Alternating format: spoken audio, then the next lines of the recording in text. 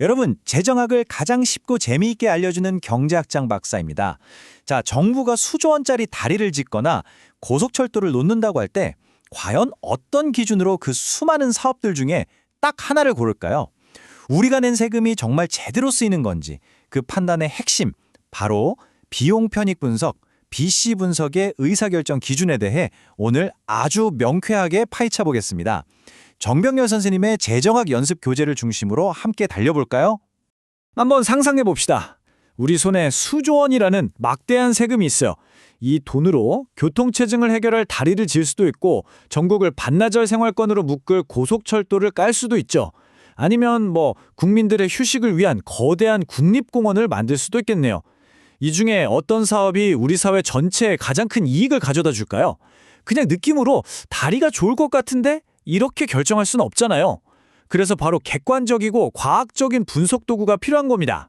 오늘 우리가 배울 내용들이 바로 그 도구들이죠.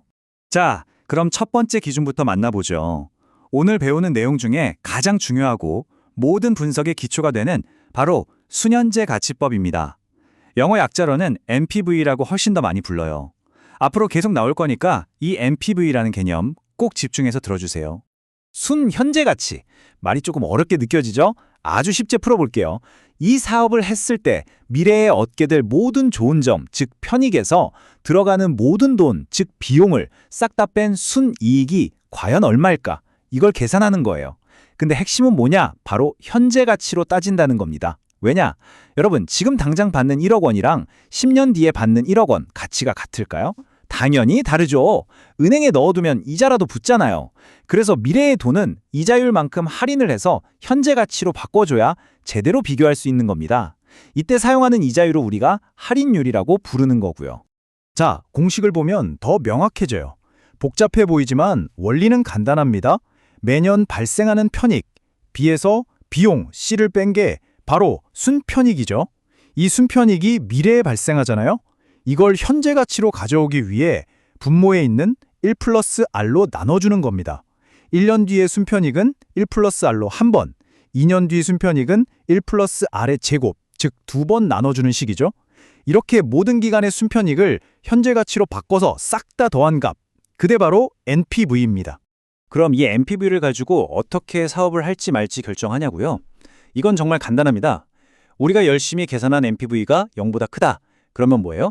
비용보다 편익이 더 크다는 뜻이니까 이 사업은 경제적 타당성이 있다. 즉, 고사인을 보내는 겁니다. 반대로 0보다 작으면 스탑이겠죠. 아주 명쾌하죠? 네, 아주 좋은 질문이에요. 교수님, 근데 꼭 순이익의 금액으로만 따져야 하나요? 이 사업이 얼마나 수익률이 좋은지 그걸로 판단할 수는 없나요? 하는 궁금증이 들 수 있죠. 당연히 있습니다. 투자금 대비 몇 %의 수익을 내는 사업인지 그 자체의 수익성을 보여주는 기준, 바로 두 번째, 내부 수익률법 IRR입니다. 내부 수익률, IRR. 이건 쉽게 말해서 이 사업 자체가 가지고 있는 기대 수익률이라고 생각하시면 돼요. 수학적으로는 방금 우리가 배운 NPV 값을 정확하게 0으로 만들어주는 아주 특별한 할인율을 말하거든요. 그러니까 이 사업의 IRR이 만약 10%다? 그럼 이 사업은 연 10%짜리 예금 상품 같은 거예요. 그래서 의사결정도 직관적입니다. 이 사업의 IRR이 시중 이자율보다 높으면 당연히 투자해야죠. IRR을 구하는 공식은 NPV 공식을 살짝 뒤집어서 생각하면 됩니다. NPV를 구하는 식에서 결과값인 NPV를 아예 0이라고 딱 못 박아 놓는 거예요. 그리고 나서 도대체 할인율 R이 몇 %여야 이 등식이 성립하지? 하고 방정식을 푸는 거죠. 그렇게 해서 찾아낸 바로 그 특별한 할인율, 그게 바로 내부 수익률, IRR입니다. 이 그래프를 보면 IRR의 의미가 한눈에 들어옵니다. 보세요. 가로축이 할인율 R이고 세로축이 NPV예요. 할인율이 높아진다는 건 미래의 가치를 더 빡빡하게 깎는다는 거니까 NPV 값은 점점 작아지겠죠? 그래서 곡선이 이렇게 오른쪽 아래로 내려가는 모형이 됩니다. 그러다가 이 NPV 곡선이 가로축과 딱 만나는 지점, 즉 NPV가 0이 되는 바로 저 지점의 할인율, 저게 바로 이 사업의 IRR, 내부 수익률이 되는 겁니다. 네, 맞아요. 교수님, 수익률로 딱 보여주니까 IRR이 NPV보다 훨씬 직관적이고 간단해 보이는데요? 이런 생각이 들죠? 실제로도 많이 쓰이고요. 하지만 여러분, 이 IRR은 결정적인 순간에 우리를 아주 큰 함정에 빠뜨릴 수 있는 몇 가지 치명적인 문제점을 가지고 있습니다. 가장 큰 문제는요, 수학적으로 IR 값이 아예 존재하지 않을 수도 있고 더 황당한 건 여러 개가 나올 수도 있다는 거예요. IR이 5%랑 15% 두 개가 나왔다. 이러면 도대체 뭘 기준으로 판단해야 할까요? 혼란스럽죠? 그리고 더 심각한 문제는요, 둘 중 하나만 선택해야 하는 사업들을 비교할 때 사업의 규모를 전혀 고려하지 못한다는 거예요. 그래서 사회 전체의 부를 가장 크게 늘리는 최선의 선택이 아니라 엉뚱한 사업을 선택하게 만드는 아주 결정적인 오류를 범할 수 있습니다. 자, 이제 마지막 세 번째 기준을 살펴보겠습니다. 편익 비용 비율법, 줄여서 BC 레이시오라고 부릅니다. 이건 이름 그대로예요. 편익과 비용의 비율을 보는 건데 내가 투입한 돈 대비 얼마나 뽑아내지? 즉, 가성비를 따지는 방법이라고 생각하면 아주 쉽습니다. 계산법도 정말 직관적이죠? 미래에 발생할 모든 편익의 현재 가치를 싹 다 더해서 분자에 올리고요.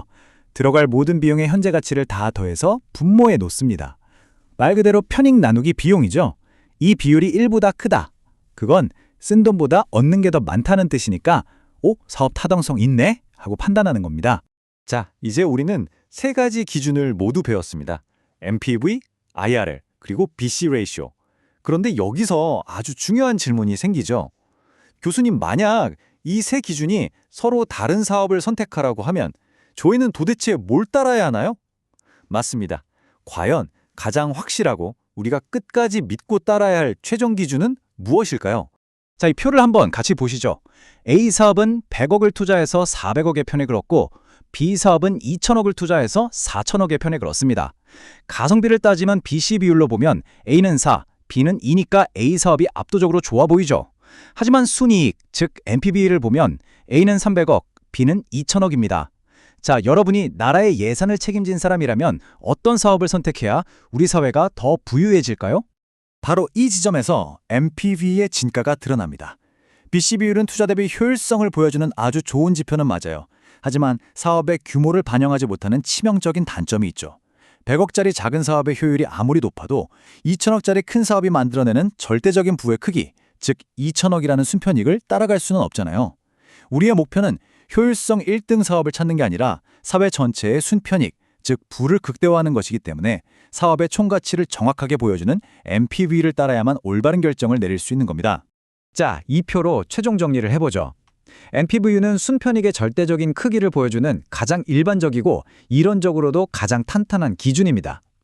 반면에 IRR은 해가 없거나 여러 개일 수 있다는 문제, B분의 C 비율은 사업 규모가 다를 때 우리를 잘못된 선택으로 이끌 수 있다는 명백한 한계를 가지고 있죠.